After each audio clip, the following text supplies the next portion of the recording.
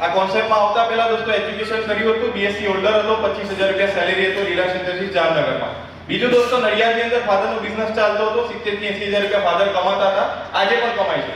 પણ આ કોન્સેપ્ટની દોસ્તો તાકાત એટલી ખબર પડી ગઈ કે અહીંયા ટીમ વર્ક ને દોસ્તો સિસ્ટમનો જબરદસ્ત પાવર લાગે છે દોસ્તો.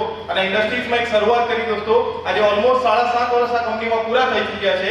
અને કદાચ કોઈ કહેતું હોય કે ડાયરેક્ટ સેલિંગ માઇલેજ શું આપે છે દોસ્તો, તો 7.5 વર્ષના અંતે દોસ્તો વધારે કંઈ નહીં આપતી, ખાલી 28 દિવસની ઇન્કમની વાત કરું દોસ્તો, તો તમારી સામે ઉભેલા 27 વર્ષના છોકરાની ઇન્કમ વધારે નહીં દોસ્તો 2,40,000 રૂપિયા છે.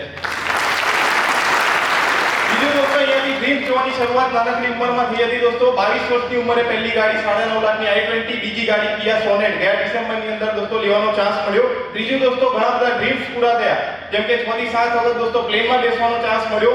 એક ઇન્ટરનેશનલ ટૂર બહાર દોસ્તો કમાવા માટે લોકો જાય છે.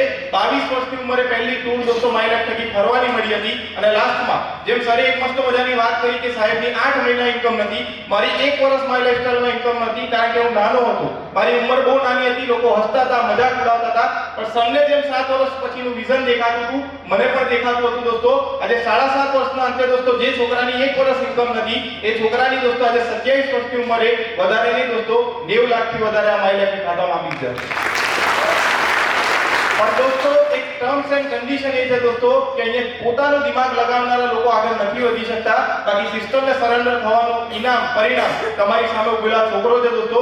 વધારે કંઈ નહીં કહેતો, સિસ્ટમને સરેન્ડર થાઓ, દરેકના સપનાઓ પૂરા કરીએ. વિશ્વ લેવલ જય જય લાઈફ.